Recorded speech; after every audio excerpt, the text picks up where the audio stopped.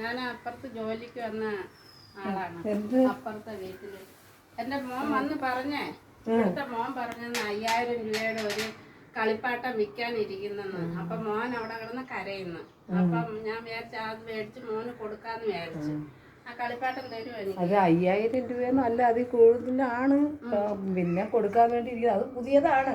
ഇപ്പൊ മോന് പുതിയ വേറെ ഒന്ന് മേടിച്ചോണ്ട് ഇത് ചുമ്മാ വെച്ചിരുന്ന് പാഴി കളയണ്ടല്ലോ എന്ന് വിചാരിച്ച് വിൽക്കുന്നെന്ന് പറഞ്ഞു. അപ്പൊ മോൻ ചെന്ന് നിങ്ങളെ മോന്റെ അടുത്ത് പറഞ്ഞു. അങ്ങനെയാണ് നിങ്ങൾ വന്നത് അല്ലേ? അവര് പോയ വഴിക്ക് പറഞ്ഞു, കുഞ്ഞു കളിക്കാൻ വന്നെന്ന് പറഞ്ഞു. അപ്പൊ എനിക്ക് അത് തന്നെങ്കില് ഞാൻ 5000 രൂപ അങ്ങ് തരായിരുന്നു. 5000 രൂപയ്ക്ക് ഇപ്പൊ എന്റെ കയ്യില് പൈസ ഇല്ല. ഞാൻ അപ്പുറത്തെ വീട്ടുജോലി ചെയ്യുവാണ്. അപ്പോഴത്തേനും അവിടുന്ന് അടുത്ത മാസം 10-ാം തീയതി എനിക്ക് പൈസ കിട്ടും.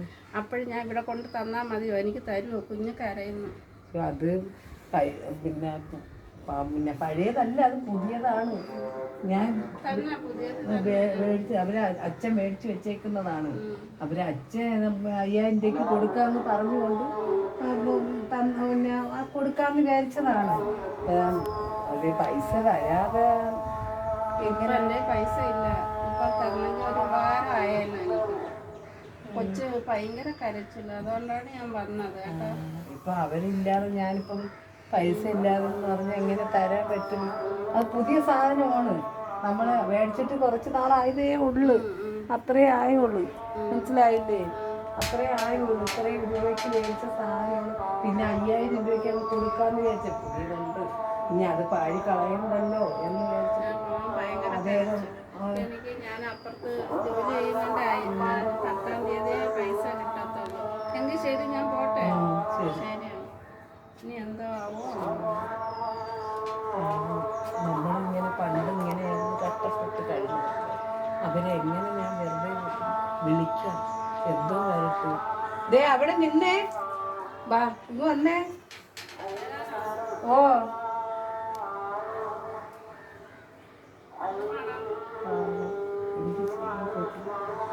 ഞാൻ ചേട്ടടുത്ത് പറഞ്ഞിട്ട് അത് അങ്ങനെ ചെയ്യാം കേട്ടാ.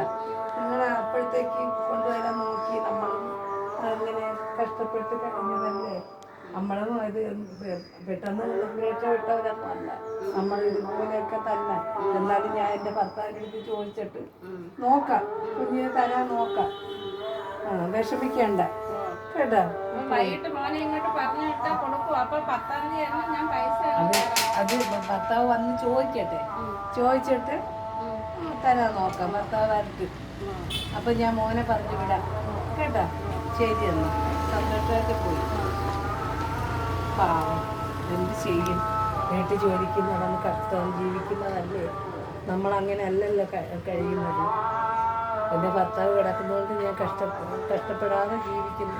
അങ്ങനെയുള്ളവർ നമ്മൾ നോക്കണം, അതാണ് വേണ്ടത്.